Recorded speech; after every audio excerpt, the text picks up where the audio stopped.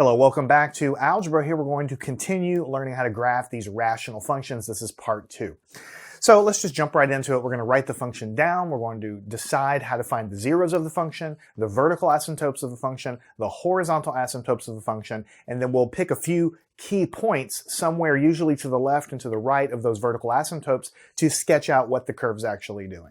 And it's basically going to be the same recipe for all of these guys. We'll just get some extra practice as we move along. So what if our rational function is f of x is equal to 2x over x minus 3?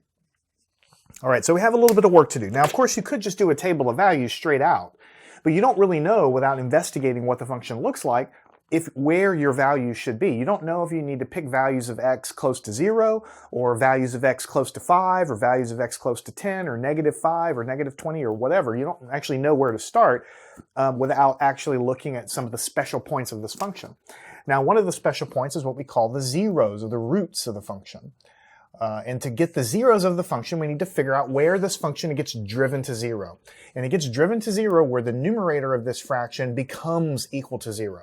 So the values of x that work here, if you divide this equation by 2, is 0 over 2, which means, well, let me go down below so I can save some space here, which means that x is equal to, what is 0 divided by 2? Is 0.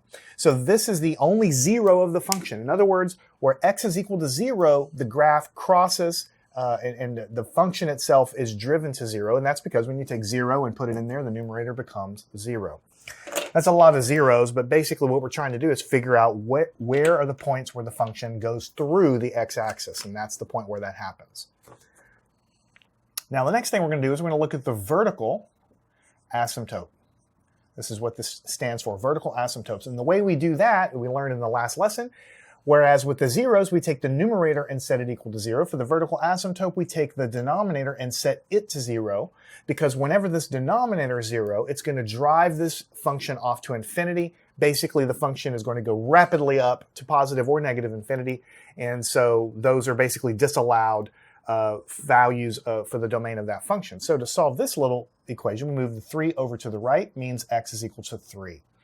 So when we plot this thing in a minute, when x is equal to 3, we're going to have a vertical dotted line that the function will then rapidly approach infinity when it gets close to x is equal to 3. And because of this, the domain of this function does not include the value 3.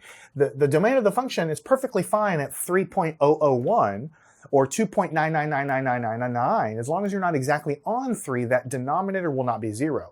But at the exact value of x is equal to 3, the function's undefined because there's no way to calculate when you divide by 0. So this is what we're going to look at for the vertical asymptote. And the next thing we need to do is we need to look at the horizontal asymptote.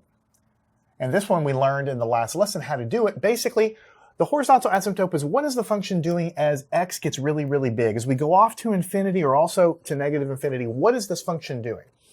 So what we want to do is we say, as x approaches infinity, we want to figure out what is this function doing.